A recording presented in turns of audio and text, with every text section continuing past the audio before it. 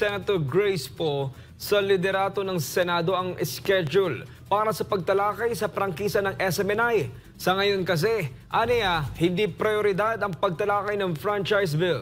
Ewan ko ba ito sila Suarez, etc., etc. Bakit priority nila yung prangkisa ng SMNI? Itong balita ni Mag-Holy Week na, magbakasyon kayo, tapos magdasal kayo ng mahimasmasan kayo. Angel Pastor. Araw ng Miyerkules ay pasado sa Kamara ang House Bill 9710 o panukalang pag-revoke sa prangkisa ng Suarezug Media Corporation, mas kilala bilang SMNI. Ito ang kauna-unahang pagkakataon. Ayan. Ang ganda. Nakarating po ako kanina dyan. Nakita ko yan. Malaki po yung monitor na yan. But anyway, ang laki ng problema nila sa SMNI. Ano? Yan ang pinag-uusapan namin kanina. Oo. Sabi nila, hindi naman kasama ang social media. Kasi dadaanin ng SMNI sa social media. Oh, di ba? So, diktador na kayo. Martial law na ito. Kung pati YouTube didiktahan ninyo. Taon sa kasaysayan ng Pilipinas na may tangkang tanggalan ng prangkisa ang isang broadcast corporation. Sa Kamara, prioridad ang proseso. Buwan ng Nobyembre, unang nagkaroon ng pagdinig kaugnay sa prangkisa ng SMNI. Matapos ang 4 na buwan ay agad na itong ipinasa sa ikatlo at huling pagbasa sa plenaryo ng Kamara. Pero dahil sa kailangan ng isang batas para matanggal ang prangkisa, ay kailangan muna itong dumaan sa mataas na kapulungan ng Kongreso. Sa Senado, tila may pag-aalinlangan dito si Senadora Grace Poe. Grabe, no? Mga congressman, ano kayo? Ha? Okay, tatandaan natin ha. Iilan lang ang bumoto. Karamihan po ng mga congressman bumoto tanggalan ng prangkisa SMNI. Ganyan po sila kaganid sa kapangyarihan. First time in the history ng Pilipinas na tatanggalan ng prangkisa ang isang news channel. Tandaan po ang ABS-CBN hindi tinanggalan ng prangkisa ni Tatay Digong. Matagal na silang nag-ooperate na walang prangkisa. Kaya nga nagalit si Tatay Digong, tinanggal ang ABS-CBN. Illegal yun. Ba't kayo nag-ooperate ng walang prangkisa? May mga problema pang di umanong nababayaran sa kanilang mga tauhan. May problema po sila. Ang SMNI po, buhay ang prangkisa.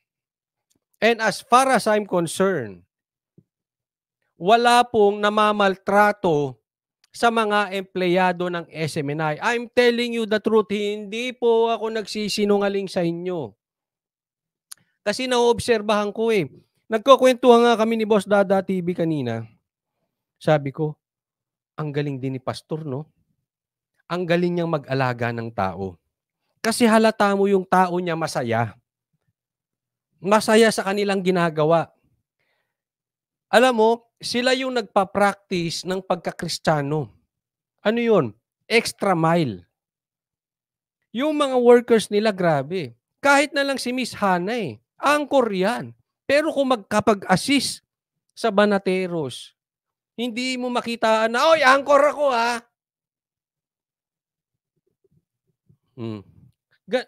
Ganun po sila. Halata kong masaya ang kanilang mga empleyado, ang kanilang workers. Di umano sa ABS may problema sila sa kanilang workers. Kasi sabi ko nga kay Boss Dada kanina, sabi ko, alam mo, kasi kung pinagsisilbihan tayong banateros, tapos yung kanilang mga workers hindi masaya, syempre mapapaisip ako ipokrito. Syempre, di ba? Pagka ibang tao, pagsisilbihan mo, pero pagka yung kanilang empleyado, hindi. Kaya, hindi masaya. Pero hindi masaya po yung ano nila. Masaya yung kanilang mga empleyado. At kahit ang tataas ng posisyon, hindi mo makakitaan ng yabang. And again, it's very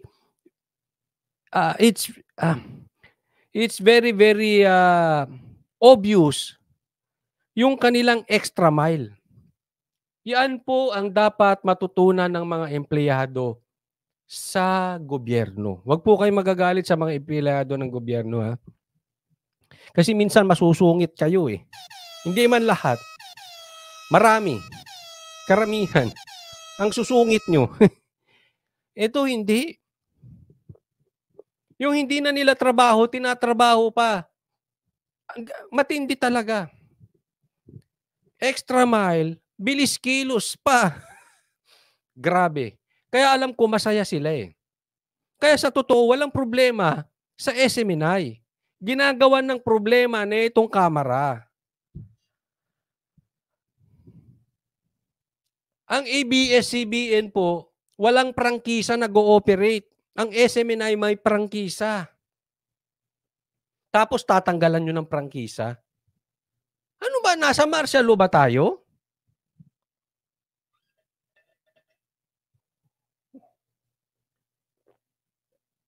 Hindi, seriously. O sabi dito ni Lisa, true sir, kasusungit nila. O di ba? Hindi, ito pagka matry nyo.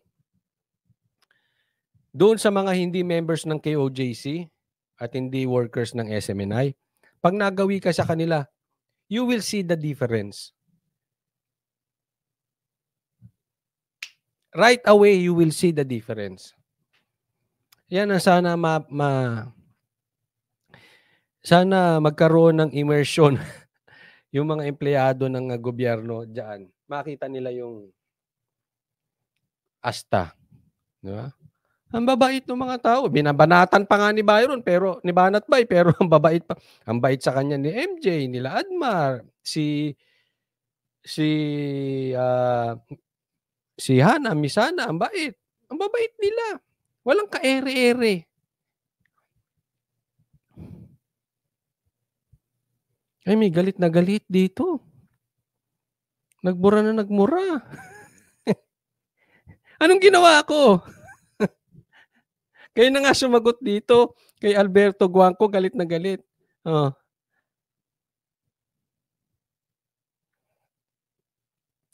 Coach, pwede ba iakyat ng SMNI sa SC ang naging desisyon ng... Yes, iakyat po talaga.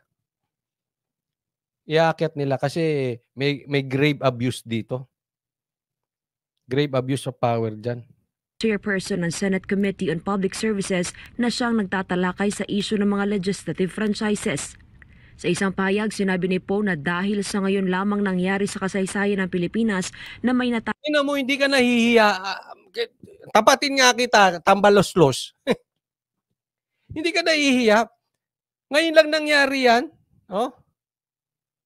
Sa Congress, sa pamumuno mo, wala na nga kayong napatunayan dyan sa Congress na matino. Meron pa kayong record breaking na kayo ang kauna-unahang gagawa niyan. Di ba? Imulat nyo ako, may maganda bang nagawa ang kamera ngayon? Pakisabi nga sa akin. Baka hindi ko lang alam, kulang ako sa ano. Mary Jean Castillo, ganyan yung turo ni Pastor Coach. Oh, ang gagalang nga nila eh. Sobra. Tsaka ang linis ng banyo. Kasi yan ang una kong tinitingnan eh. Ang linis ng banyo nyo ha. Ang bango pa, parang gusto kong matulog.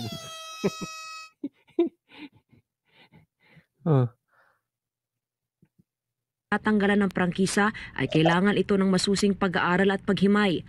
Kailangan anya na magkasundo ang lahat ng mga miyembro ng kanyang komite sa kung anuman ang magiging desisyon. Ito ngayon dadaan sa Senado. Okay? Tandaan natin. Nung ipapakontempt si Pastor Kibuloy, iilan lang ang may yagballs na tumayo kasama ni Senator Robin Padilla. Ngayon, tandaan natin ngayon kasi dadaan itong gagawa pa sila ng panukala patungkol dito sa pagtanggal ng prangkisa ng SMNI sa Senado. So in short, dadaan sa Senado, sana naman etong mga senador magkayagballs.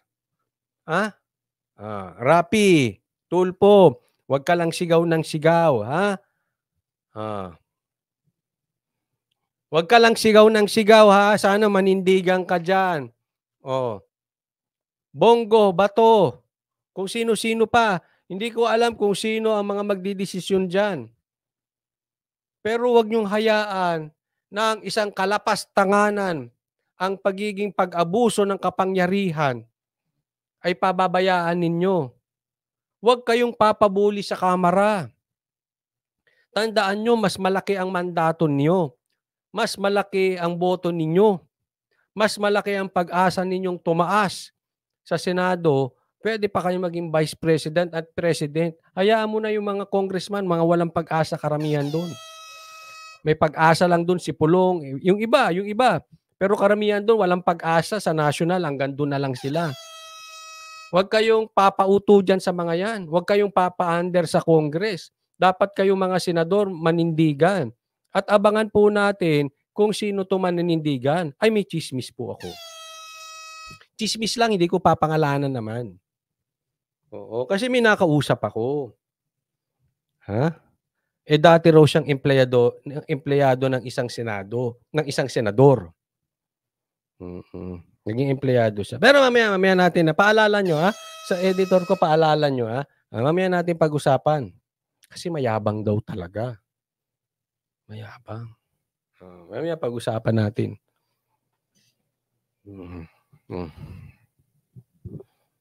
Sa schedule naman ng pagtalakay nito ay pinauubayan ng senadora sa mga lider ng Senado. Paliwanag niya hindi kailanman naging prioridad sa Senado ang pagpasa ng isang panukalang batas na may kinalaman sa prangkisa. Yan. Walang kinalaman sa prangkisa, Grace po. Tama yung sinasabi mo, pero sana, hindi ka laban bawi, baka pagtagal. Kauna-unahan ka pang pumipirma para tanggalan ng prangkisa SMNI. Sangayon ako sa sinabi dito ni ni Grace po. No franchise bill has ever been listed as a priority, so I defer to the leadership as to the pace of its disposition. Huwag niyong madaliin. Hindi priority yan. Oy, tambaluslos! Tambayuda! Ano ba yung mga pinag-aasikaso niya dyan sa kamara? Magugutom ba ang taong bayan pagka ang SMNI ay mataalis ang prangkisa? Kaya mo ba bang ibaba ang presyo ng bigas pagka natanggal ang prangkisa ng SMNI? Bakit atat na atat kayo sa SMNI? Ano bang meron? Dapat, Grace po asahan ko na yan Senator, Madam, Ma'am, Bossing. Harangin nyo dyan Senado para namang itong mga kamara natin Hindi ko na maintindihan. Kung ano-ano pinag-aasikaso. Wala namang kinalaman sa sikmura ng taong bayan. Tatandaan namin yung sinasabi mo, Grace po Baka mamaya laban bawi ka para ka si JB. Walang paninindigan. Pumirma na, binawi pa yung pirma. Ng isang panukalang batas na may kinalaman sa prangkisa. Ang pahayag ni Po ay sinigundahan naman ni Senator Ronald Bato de la Rosa na miyembro ng kanyang komite. Yan, manindigan ka Bato, sasaludo ko sa iyo Paglaban nyo naman ng SMNI, pinakinabangan nyo SMNI, kakapal ng mukha ninyo. Pagka hindi nyo pinanindigan niya, mga wala kayong yagballs. Nakinabang kayo, mga traidor. Hindi po si Bato Traidor yung mga nakinabang sa SMNI tapos iniiwan sa gitna ng isang problema. Para kay Senator Bato, dapat tratuhin lamang ito bilang isang ordinaryong panukala. Kung kinakailangan i-prioritize, depende sa liderato ng Senado kung anong decision niya para sa treatment ng bill. Hindi priority yan. Anong priority? Priority 20 pesos na bigas.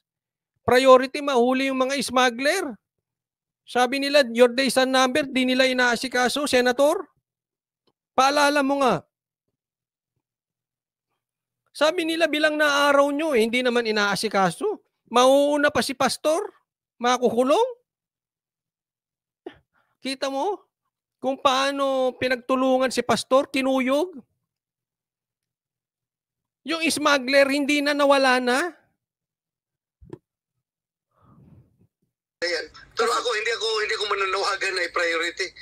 Sa isang hiwalay na text message sa mga mamamahayag, sinabi Aimee, pagsabihan mo yung pinsan mo, ha? Wala sa lugar yung kanyang pamamalakad. Yung smuggler, asan na? Pakipaalala sa kanya, ha? Yung pinsan mo, ha?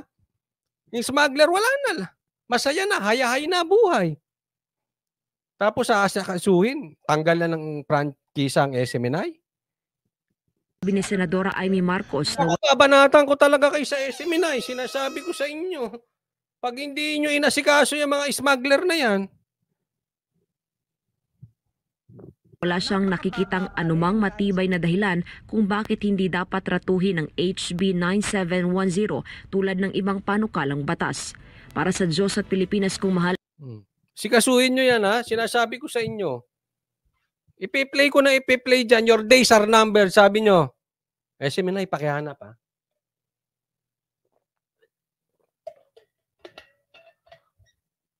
Yun ang intro. Bilang na araw nyo, asan na? Binilangan nyo ng araw si Pastor Kibuloy at saka SMNI, mga animal.